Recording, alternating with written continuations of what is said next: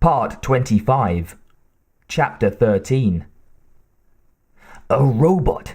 A goddamn robot!" Parker muttered. The tracker hung limp and unbloodied in one hand. Apparently, there were audio sensors located in the torso as well as the skull, because the powerful form turned immediately at the sound of Parker's voice and began to advance on him. Raising the tracker, the engineer wanged it down on Ash's shoulder, then again and again. To no effect. Groping arms swung close, embraced Parker in a hug that was anything but affectionate. The hands climbed upward, locked around his neck, and contracted with inhuman strength. Ripley had recovered, now searched frantically until she spotted one of the old shock tubes they'd first planned to drive the alien with. She snatched it up, noting that it still carried a full charge. Lambert was pulling at Ash's legs, trying to upend the rampaging machine. Naked wiring and contacts showed from within the open neck. Ripley dug at them. Parker's eyes were glazing over, and faint wheezing sounds were coming from his constricted throat. Finding a knot thick with circuitry, Ripley jabbed the prod inward and depressed the trigger. Ash's grip on the engineer appeared to weaken slightly. She withdrew the prod, aligned it differently, and stabbed downward a second time. Blue sparks flew from the stump. She jabbed again, crying inside, holding the trigger down. There was a bright flash and the smell of burnt insulation. Ash collapsed. Chest rising and falling as he struggled to regain his wind, Parker rolled over, coughed a couple of times, spat phlegm onto the deck. He blinked a few times, glared at the motionless hulk of the machine. "Damn you! Goddamn company machine!" He climbed to his feet, kicked at the metal. It did not react, lay supine and innocent on the deck. Lambert looked uncertainly from Parker to Ripley. "Will someone please tell me what the hell is going on?" "There's only one way to find out." Ripley carefully set the shock tube aside, making certain it was within easy reach in case they needed it quickly, and approached the body. "What's that?" Lambert asked. Ripley looked over at Parker, who was massaging his throat. "Wire the head back up. I think I burnt out the locomotor system in the torso, but the head and memory ought to be functional when powered up. He's been protecting the alien from the very beginning. I tried to tell you." She gestured at the corpse. It was hard to start thinking of fellow crew member Ash as just another piece of equipment. He let it on board, remember? Against regulations. Her expression twisted as she remembered. He was using Kane's life as an excuse, but he was never interested in Kane. He let that thing grow inside him, knew what was happening all the time. And he set off the emergency airlock klaxon to save it. But why? Lambert was struggling, still couldn't put it all together. "I'm only guessing, but the only reason I can come up with for putting a robot crew member on board with the rest of us and not letting us know about it at the time is that someone wanted a slave observer to report developments back to them." She glanced up at Lambert. "Who assigns personnel to the ships, makes last-minute changes like trading science officers, and would be the only entity capable of secretly slipping a robot on board, for whatever purpose?" Lambert no longer looked confused. "The company." "Sure." Ripley smiled humorlessly. The company's drone probes must have picked up the transmission from the derelict. The Nostromo happened to be the next company vessel scheduled to pass through this spatial quadrant. They put Ash on board to monitor things for them and to make sure we followed something Mother calls Special Order 937. If the follow-up on the transmission turns out to be worthless, Ash can report back to them without us ever knowing what was going on. If worthwhile, then the company learns what it needs to know before it goes to the trouble of sending out an expensively equipped exploration team. Simple matter of maximizing profit, minimizing loss. Their profit, our loss. Great, Parker snorted. You got it all figured out so far. Now tell me why we've got to put this son of a bitch back together. He spat at Ash's body. Ripley already had Ash's head set up on a counter, was running a power line from a wall outlet near the auto chef back to the quiescent skull. We have to find out what else they might be holding back. Agreed? Parker nodded reluctantly. Agreed. He started forward. Here, let me do that. The engineer fooled with the wires and the connections located in the back of Ash's head, beneath the artificial hair. When the science officer's eyelids began to flicker, Parker grunted in satisfaction and stepped clear. Ripley leaned close. Ash, can you hear me? No response. She looked back to Parker. The hookup's clean. Power level is self-adjusting. Unless some critical circuits were interrupted when his head hit the deck, he ought to reply. Memory cells and verbal visual components are packed pretty tight in these sophisticated models. I'd expect it to talk. She tried again. Can you hear me, Ash? A familiar voice, not distant at all, sounded in the mess. Yes, I can hear you. It was hard for her to address the disembodied head, for all that she knew that it was only part of a machine, like the shock tube or the tracker. She'd served too many hours with Ash. What was Special Order 937? That's against regulations and my internal programming. You know I can't tell you. She stood back. Then there's no point in talking. Parker, pull the plug. The engineer reached for the wires, and Ash reacted with sufficient speed to show that his cognitive circuits were indeed intact. In essence, my orders were as follows. Parker's hand hovered threateningly over the power line. I was directed to reroute the Nostromo, or make sure that its crew rerouted it from its assigned course, so that it would pick up the signal. Program Mother to bring you out of hypersleep, and program her memory to feed you the story about the emergency call. Company specialists already knew that the transmission was a warning and not a distress signal. Parker's hands clenched into fists. At the source of the signal, Ash continued.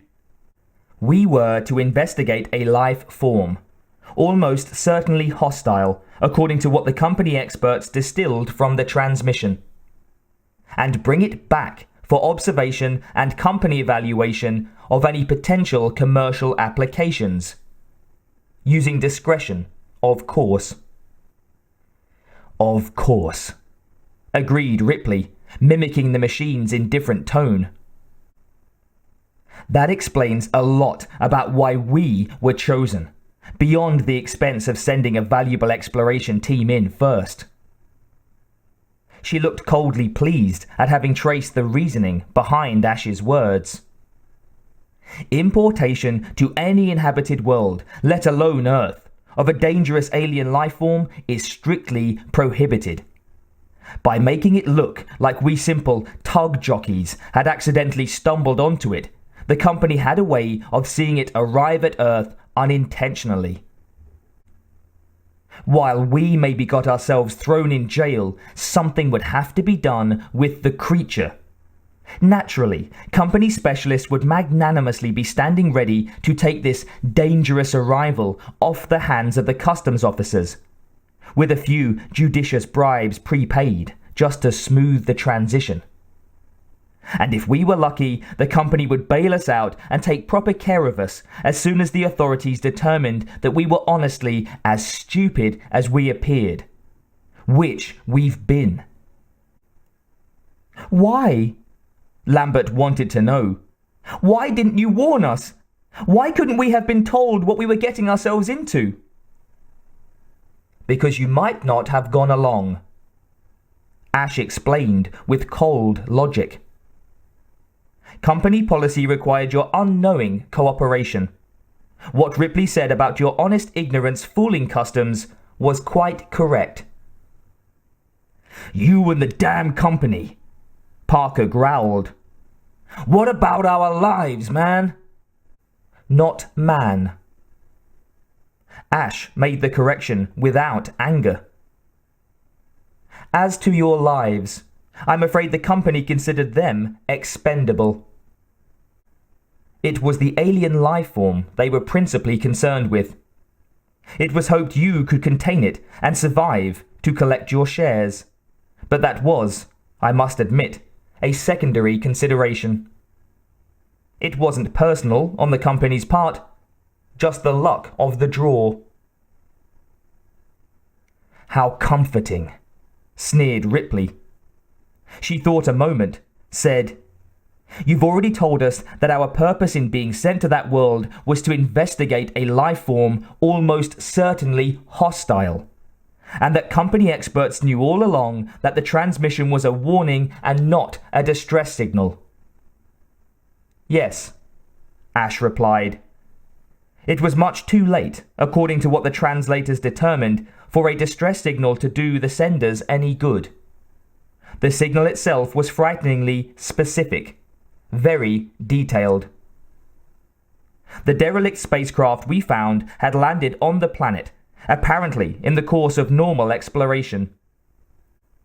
Like Kane, they encountered one or more of the alien spore pods.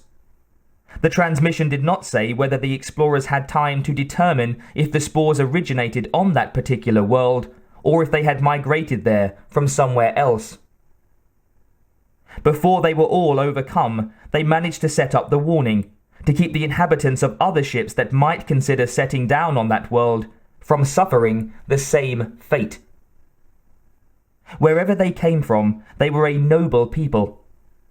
Hopefully mankind will encounter them again, under more pleasant circumstances.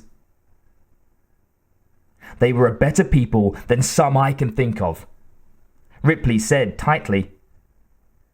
The alien that's aboard, how do we kill it? The explorers who crewed the derelict ship were larger and possibly more intelligent than humankind. I don't think that you can kill it. But I might be able to. As I'm not organic in composition, the alien does not regard me as a potential danger, nor as a source of food. I am considerably stronger than any of you. I might be able to match the alien. However, I am not exactly at my best at the moment. If you would simply replace... Nice try, Ash. Ripley interrupted him, shaking her head from side to side.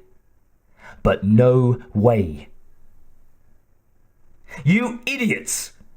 You still don't realize what you're dealing with. The alien is a perfectly organized organism. Superbly structured, cunning, quintessentially violent. With your limited capabilities, you have no chance against it. My God! Lambert stared dully at the head. You admire the damned thing! How can you not admire the simple symmetry it presents? An interspecies parasite, capable of preying on any life form that breathes, regardless of the atmospheric composition involved. One capable of lying dormant for indefinite periods under the most inhospitable conditions. Its sole purpose to reproduce its own kind, a task it pursues with supreme efficiency. There is nothing in mankind's experience to compare with it. The parasites men are used to combating are mosquitoes and minute anthropods and their ilk. This creature is to them in savagery and efficiency as man is to the worm in intelligence. You cannot even begin to imagine how to deal with it. "I've heard enough of this shit." Parker's hand dropped towards the power line. Ripley put up a restraining hand, stared at the head. "You're supposed to be part of our complement, Ash. You're our science officer as well as a company tool. You gave me intelligence. With intellect comes the inevitability of choice. I am loyal only to discovering the truth. A scientific truth demands beauty, harmony, and, above all, simplicity. The problem of you versus the alien will produce a simple and elegant solution. Only one of you will survive. I guess that puts us poor humans in our place, doesn't it? Tell me something, Ash. The company expected the Nostromo to arrive at Earth Station with only you and the alien alive all along, didn't it? No. It was honestly hoped you would survive and contain the alien. The company officials simply had no idea how dangerous and efficient the alien was. What do you think's going to happen when the ship arrives, assuming we're all dead and the alien, instead of having been properly restrained, has the run of the ship? I cannot say. There is a distinct possibility the alien will successfully infect the boarding party and any others it comes in contact with before they realize the magnitude of the danger it presents and can take steps to combat it. By then, it may be too late. Thousands of years of effort have not enabled man to eradicate other parasites. He has never before encountered one this advanced. Try to imagine several billion mosquitoes functioning in intelligent consort with one another. Would mankind have a chance? Of course, if I am present and functional when the Nostromo arrives, I can inform the boarding party of what they may expect and how to proceed safely against it. By destroying me, you risk loosing a terrible plague on mankind. There was silence in the mess, but not for long. Parker spoke first. Mankind, in the person of the company, doesn't seem to give a damn about us. We'll take our chances against the alien. At least we know where it stands. He glanced over at Ripley. No plague's gonna bother me if I'm not around to worry about it. I say pull the plug. I agree, said Lambert. Ripley moved around the table, started to disconnect the power cord. A last word, Ash said quickly. A legacy, if you will. Ripley hesitated. Well, maybe it is truly intelligent. Maybe you should try to communicate with it. Did you? Please let my grave hold some secrets. Ripley pulled the wire from the socket. Goodbye, Ash. She turned her attention from the silent head to her companions. When it comes to choosing between parasites, I'd rather take my chances with the one that doesn't lie. Besides, if we can't beat that thing, we can die happy knowing that it's likely to get its hooks into a few company experts. She was seated before the central computer console in the main annex when Parker and Lambert rejoined her. She spoke dejectedly. He was right about one thing. Ash was. We haven't got much of a chance. She indicated a flashing readout. We've got less than 12 hours of oxygen left. Then it's all over. Parker looked at the deck. Reconnecting Ash would be a faster form of suicide. Oh, I'm sure he'll try to take care of the alien all right, but he wouldn't leave us alive. That's one company order he couldn't tell us. Because having told us everything else, he couldn't leave us around to tell the port authorities what the company's been up to.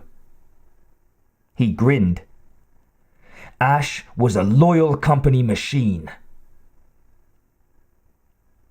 I don't know about the rest of you, said the unsmiling Lambert, but I think I prefer a painless, peaceful death to any of the alternatives on offer. We're not there yet. Lambert held up a small card of capsules. Ripley recognized the suicide pills by their red color and the miniature skull and crossbones imprinted on each. We're not, huh? Ripley swung around in the chair. I'm saying we're not.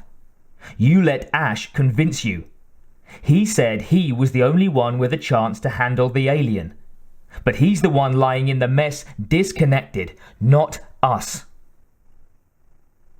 We've got another choice. I think we should blow up the ship. That's your alternative? Lambert spoke softly. I'll stick with the chemicals, if you don't mind. No. Remember what you proposed before, Lambert. We leave in the shuttle, and then let the ship blow. Take the remaining air in portable tanks.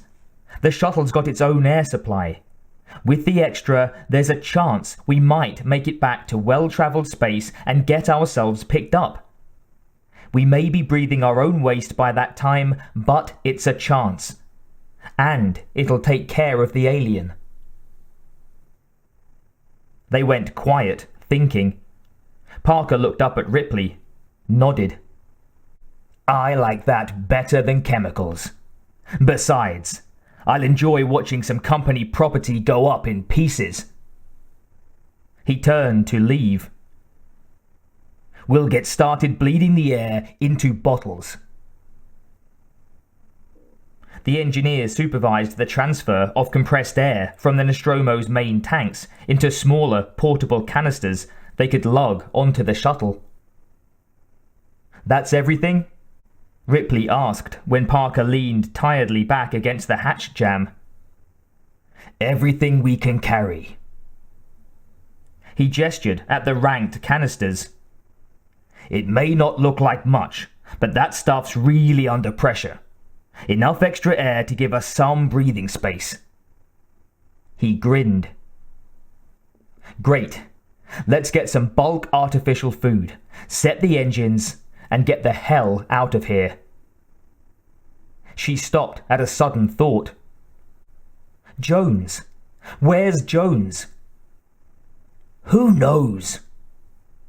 Parker clearly wasn't interested in the whereabouts of the ship's cat. Last I saw him, he was slinking around the mess, sniffing at Ash's body, said Lambert. Go look. We don't want to leave him.